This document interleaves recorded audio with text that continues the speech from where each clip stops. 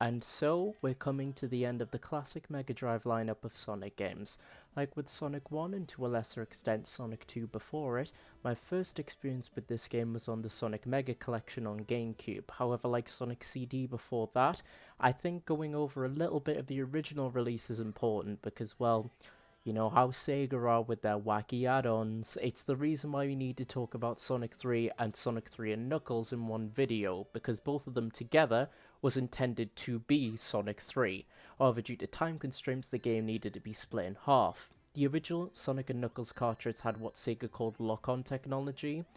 Ooh, what that means is that you could put Sonic 3 in an empty cartridge slot and you'll get added features. In other words, the game Sega originally intended. Hence, Sonic 3 and Sonic and Knuckles is the true, full Sonic 3. This video is going to be formatted like my Sonic 1 and 2 video. We'll be going zone by zone format. You know the score by now. Let's go. The first thing that jumps out of you is what I can only describe as the storytelling of the game. We're greeted with a little cutscene of a new character, Knuckles, jumping out and knocking Sonic right out of his super form, stealing the Chaos Emeralds, and having a cheeky giggle about it before running off, and with that you're right into the game. As was the case from the jump from Sonic 2 to Sonic 1, the jump in quality in art and sprite work from Sonic 2 to this game is pretty incredible to me.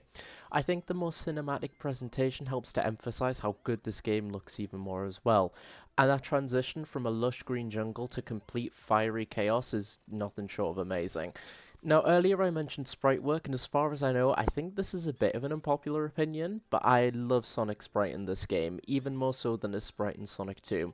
There's something about the sprite that has a bit more personality to it, and I can't help but prefer that to the bit more plain-looking Sonic 2 sprite. Sonic 3 also introduces some new gameplay changes that are shown off best in this zone, primarily the 3 new shields introduced in this game. The first is more of an upgrade than a new power. The electric shield still attracts rings, but it lets Sonic do a double jump now and ignore any electric based attacks. The new fire shield ignores fire damage and lets Sonic perform a mid-air dash forward, and the bubble shield lets you bounce straight down. These power-ups help you explore zones in different ways, and I think the open-ended nature of Angel Island Zone shows this the best. The game in general is pretty excellent in terms of giving the player a desire to explore, but I'll get a bit more into that when I get to the next zone in this game. Hydrocity Zone. Hydro City Zone? Ugh, who gives a shit, honestly. Simply put, this is by far the best water level in 2D Sonic. This stage is absolutely iconic and rightfully so. It basically does everything that I praised Aquatic Ruin Zone for doing, but about 10 times better. Not only that, but it also manages to combine the blistering sense of speed the Chemical Plant Zone before it was able to, with the many slope sections throughout the level. All this in a water level, in which Sonic has been mostly slow, puzzle heavy, and just a slog to get through, no less. As I was saying before in regards to my similar praise for this level that I had for Aquatic Ruin Zone, for the long version, go watch my Sonic 2 video. To put it shortly, high path avoids the water but is more risky to get through overall and faster, whereas the lower path is certainly slower from the water, but is less challenging to get through overall. Now, when I was speaking about Angel Island Zone, I touched on the exploration aspect of this game, and this is one of the best levels for it. You'll want to explore the stages thoroughly due to how the special stages work. Instead of being at a checkpoint or at the end of a level, you'll find giant rings hidden in sections of levels. All you need to do is to pass the special stage and get the Chaos Emerald as yours. And this is without a doubt the best way special stages have been implemented in all of 2D Sonic, bar none. As with Hydrocity Zone, I think Marble Garden is one of, if not the best example of its archetype in 2D Sonic, this time being the puzzle-heavy stages. The stage in general keeps up a stellar example that the earlier zones have, that being large and fun to explore and fast-paced to boot. However, the puzzles in this zone, mainly being the floating discs and the panels you need to spin dash on to progress, I don't feel these are intrusive like some of the other puzzle-heavy levels tend to be, as all of the puzzles are in service to quick progression. Another gameplay addition I forgot to mention, but is pretty handy for this zone, is the Insta-Shield. With this, a tiny dash appears around Sonic for a second, which helps you to dodge things like spiky enemies and projectiles. I quite like this ability, but it feels a little bit, I don't know, inconsequential still for some reason, but at least it makes Sonic a little bit more distinct to Tails and Knuckles, but we'll get to them later on in the video. On something I never knew up until now, if you Supersonic and find a shield, the power-up will carry over. I only noticed this with the lightning shield gathering rings, as Sonic doesn't do anything when you press A twice when you've had those shields when he's super. But I thought it was pretty cool. Another thing this game does pretty well, but is shown the most in this level, is the sound design. At some point into the second act, the level starts crumbling around the player, and the combination of the crunchy effects and the changing of the level layout really sells a sense of panic to finish the level quickly and avoid getting crushed. Oh great, the worst stage in Sonic 3, fuck off. This stage isn't really horrible per se, it's just really, really fucking boring. Everyone knows about the bullshit barrels that are really unintuitive to get to move and just to get through. So instead I'm going to talk about the bonuses and special stages in this game. In this game, if you have over 20 rings at a checkpoint, you can go to a variety of bonus stages, either a slot machine or a global stage to get shields and more rings.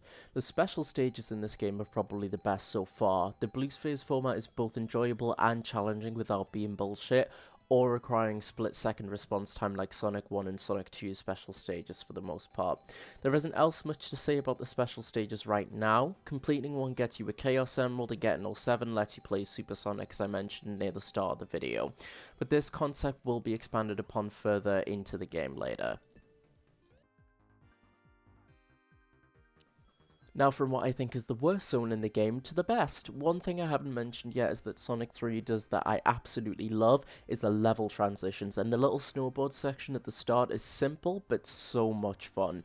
The end of the second act on every zone has fun little animations that show how the character gets from zone to zone, and it helps so much in making it feel like Sonic's travelling through a full proper world, and I'm all here for it.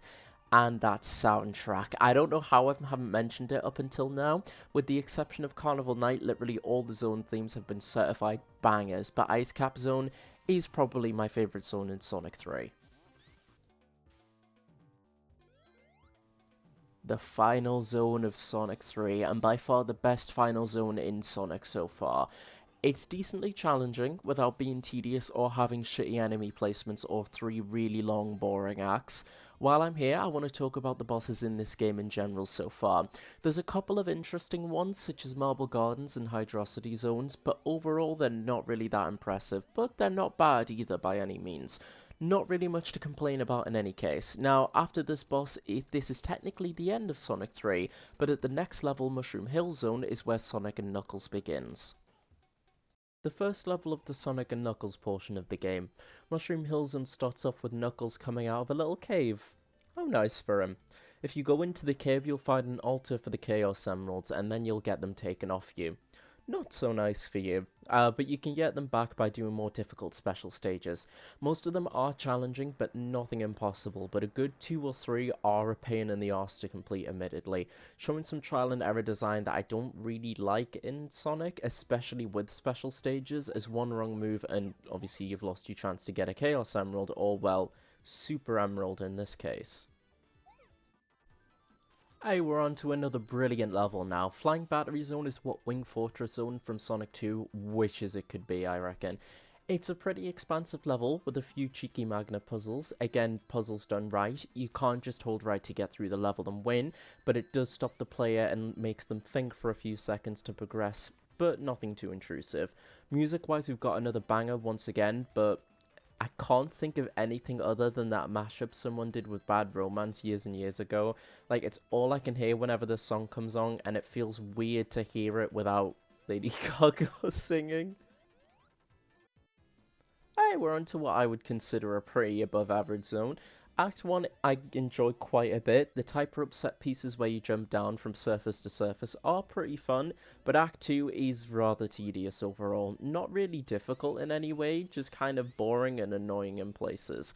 It mainly revolves around pushing blocks to open doors and keeping lights on to avoid very spooky, very scary ghosts. Such a shame considering the last zone showed that they can make puzzles and stage hazards without it being too intrusive or making the level less fun. Not a terrible level by any means, but like I say, just a bit annoying on the whole. It's weird. Lava Reef Zone is kind of like Sandopolis, except done a lot better. Rather than pushing switches from one end to the other, the only thing you need to do in this zone is press buttons to open doors. The level layout is a lot more floating platform heavy, especially in the second act, but it's raising the challenge in a skill set the player should be improving on this far into the game.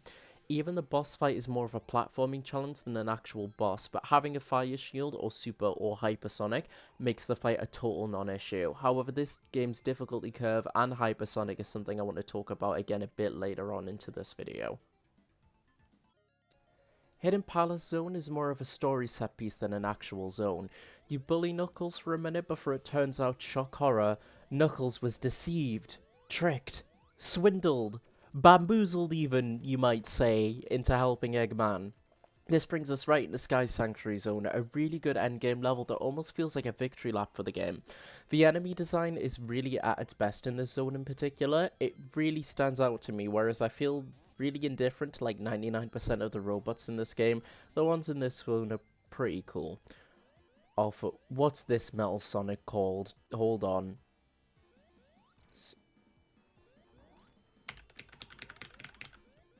So this is Mecca Sonic again. Alright. So Mecca Sonic, again, is mostly a callback to the previous game's bosses, then you fight him directly. This little callback mini-boss section is pretty harmless, and the actual fight with him is fun. My only problem is, now I'm not sure if this is something people in general have trouble with, or if it's just me being stupid. I found myself getting lost in this zone a good couple of times, and if you happen to end up where the mini-bosses took place, you need to fight them again. I'm not sure why they decided on this. I'm not really a fan of it, but it's still somewhat of a minor complaint in an otherwise pretty good zone. Now this is the final zone of the game, and it's appropriately difficult. Now it's probably the best time to talk about this game and its difficulty. It's not a deal breaker, but the difficulty curve is weird in this case. Less of a curve and more like all over the fucking place, to be honest. This is obviously because Sonic 3 and Sonic Knuckles were released as two different games, so they couldn't really make the first level of Sonic and Knuckles too much harder than the last level of Sonic 3, but it's like 99% of the people today are gonna play the two games together rather than separately. It comes across as a pretty jarring change. Now, if you get all the Chaos Emeralds or Super Emeralds, Super or Hypersonic gets a boss fight exclusive to him. Hypersonic is a multicolored supersonic with a screen nuke, which is a really cool reward and something we'll never ever see in Sonic again, a bit of a trend with Sonic 3's power-ups. Now this video has been talking about Sonic almost exclusively, but Tails and Knuckles are also playable characters.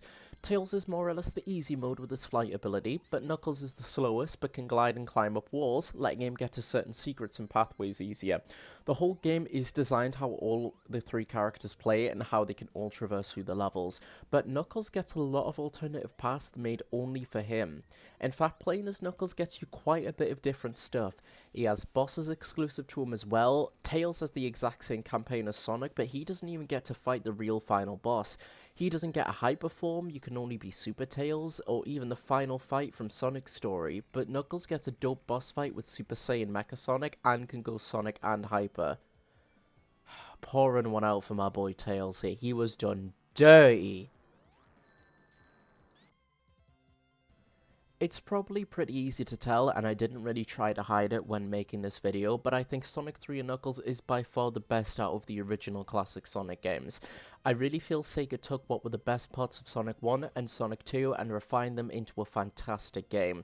I'm not usually someone who 100% completes games either, unless it's a game that I really love, and I really think getting everything in this game is totally worth it in the end.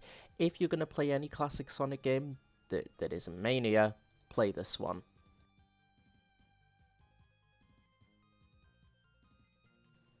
Hello everyone who watched. I hope you enjoyed. Thank you for watching, especially if you've made it this far into the video. That's the end of classic Sonic games until I get to Mania at some point, but I don't know when that's going to be. I am going to be taking a little bit of a break from Sonic. I do have some of a Sonic Adventure video planned out, but I'm planning on covering a different game, which is probably going to take me a while longer. I'm planning on doing a video on Dark Souls 1 before I get back to Sonic. I do want to take a little bit of a break from him. There is another video that I have coming up that's very different to anything I've posted on this channel before, which is going to be interesting. I don't know exactly when that's going to happen, and I don't know how long the Dark Souls video is going to be, because I haven't really started that either, but it's probably going to take a little bit longer than these videos have, and I don't know how long the video is going to be either, but I hope people who, enjoy the video, enjoy it. I really hate doing this, but if anyone wants to subscribe, that would be pretty cool. And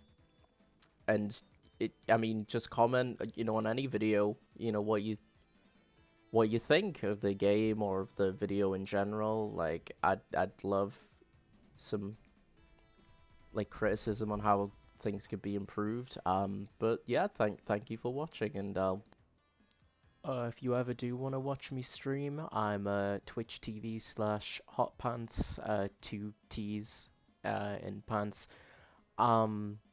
I don't have a schedule, so like I say, I'll just kind of stream whenever I feel like it. I'll post a link to that in the description, but that was my Twitch if you do want to check it out. But yeah, thank you for watching, and take care. Bye.